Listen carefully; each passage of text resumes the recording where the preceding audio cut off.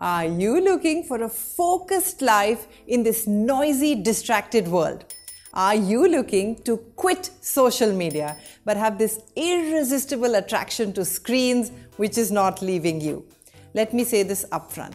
Small corrections like willpower, some tips, and vague resolutions are not sufficient by themselves to prevent these big technologies from capturing your brain and imagination. Today, I will share with you my tried and tested, full-fledged plan with well-thought-out strategies to be able to reclaim your life. So let's get going with a 30-day plan for digital minimization. Hey, this is Chetna and you're watching ChetChat, and welcome back on a Friday. Today we have for you a 3-step guide to quit social media in 30 days and 7 practices that you can follow during this period that will change your life. Let's make one thing clear. The goal is not to simply give yourself a break from social media and technology, but instead to spark a permanent transformation of your digital life. Now, before we talk about my 3-step guide to digital minimization, I want to give a shout out to Ajendra Reddy for leaving this super awesome message under my last video, which got so many likes from you. And if you want a shout out in my next video, leave me a comment below with the hashtag ChetChatters. Step number 1, 30-day digital detox. Like all good nutrition plans, the first step is detox. Identify a 30-day period during which you're going to take a break from optional technologies in your life. I tried this, and here are some of my experiences.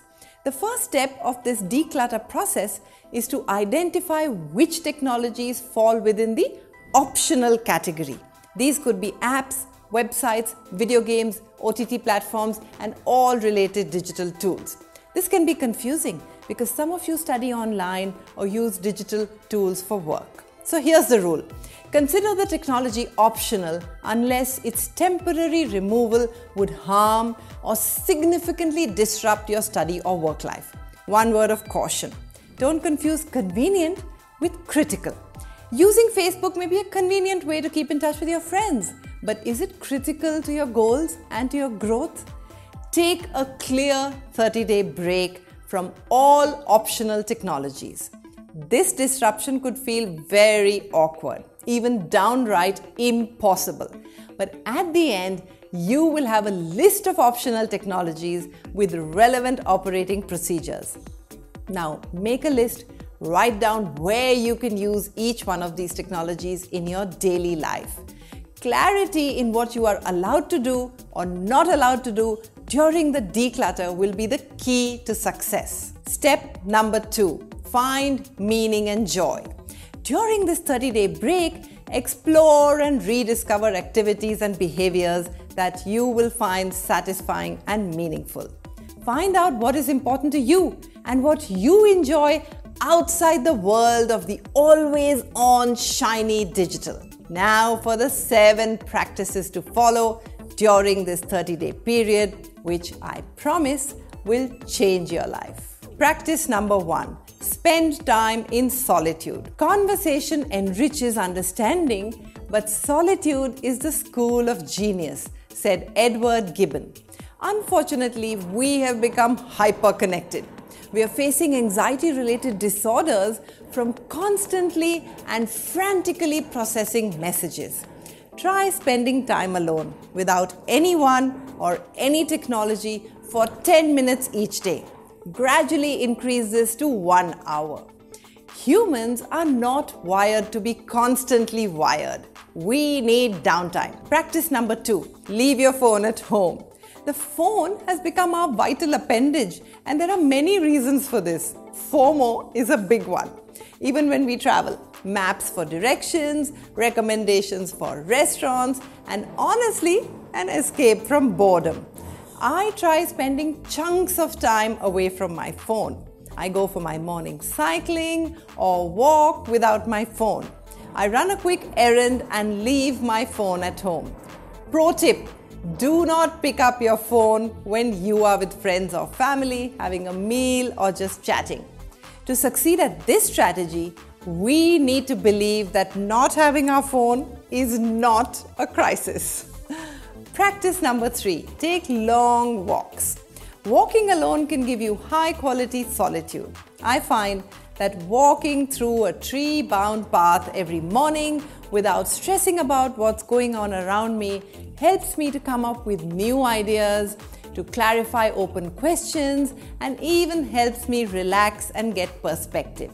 Take these walks alone, leave your phone behind, which means no earpods, no headphones. Practice number 4, write a diary. I started writing a diary and it helped me in several ways, apart from improving my handwriting, that is. When I encounter a complicated decision or a hard emotion or a surge of inspiration, by the time I'm done composing my thoughts and put that down on paper, I have often gained clarity.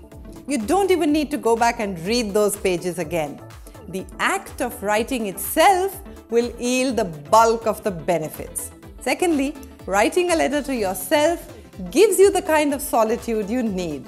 It frees you from the outside inputs and also provides a conceptual scaffolding to help you organize your thoughts. This immersive act will help you stay away from digital distractions. Practice number 5, reclaim conversations. Lack of social media makes you feel like you've lost connection with the world. Try building conversation-centric communication. Have real, meaningful, one-on-one conversations with a few people instead of pressing like on tens of people's photos. So I invented the 7 p.m. rule. I announced it to all my friends that I was available for a phone call at 7 p.m. on any day of the week. This was the time I just got over from work, or perhaps you may be in the car getting driven home. I also issued invitations to my group of local friends to join me for a morning walk at 6:30 a.m. The idea is to create real conversations so you don't miss being connected. Practice number 6, reclaim leisure. Find an activity that gives you joy, something you pursue for no reason other than the happiness it gives you. This to me was the most satisfying part of the 30-day detox. I discovered a new hobby and started cycling every day. Soon, I had a tribe of cyclists, so we had fitness goals and social bonding all in 1 hour. Better still, find a group of like-minded people who want to pursue the same activity. For example, a group of walkers, trekkers, runners, music lovers, writers, artists, or even board game lovers. Pro tip, pick an activity that feels like work. Trekking or learning to play the guitar, for example. Demanding activities are a good source of high-quality leisure and also leave with you a deep satisfaction. Social fitness is a thing these days. I call it supercharged socialization. The rules, the shared goals, the rituals give structure to your social interactions. Aristotle said that high-quality leisure is essential to a life well lived. Practice number 7, fix or build. Change the oil in your car, perhaps install a light, learn to play an instrument, start a garden, or take up a craft project. I discovered decoupage and craft work. The joy of fixing or building something every week will be one of the most satisfying things that you ever did. In order to beat the addiction of digital technology, one has to resist it boldly and mindfully, else it'll creep back into your life. Now, leave me a comment below telling me some of your practices for staying away from social media. And now for step number 3, bring back the value. This is the part where you have to be most careful. Start from a blank slate and only let back into your life technology that passes your strict minimalist standards. It is the care that you take here to bring back some of those optional technologies that are going to process a lasting change in your life. Here are the 3 big questions to ask. Does the technology directly support something that I deeply value? This is the only condition on which you should let one of those tools into your life. Is this technology the best way to support that value? For example, you may find that you value social bonds with friends and family. And you may think that commenting on your friend's baby's pictures on Instagram is a great way to bond with her. But ask deeply, is this the best way indeed to bond with your friend? What if I take away hours of Instagram viewing and have a deep conversation with her once every week? Question number 3, how am I going to use this technology going forward to maximize its value and minimize its harms? Which means setting up clear guidelines on how you will use that OTT platform, how many hours a week, and for what kind of documentaries. The month-long break from optional technologies helped me reset my digital life. I found that I could redesign my life in a much more intentional and minimalist manner. Try it out and leave me a comment below about how you fared at it. So I hope this helps you lead a good life, and if it did, then press that subscribe button and the notification bell. And happy watching!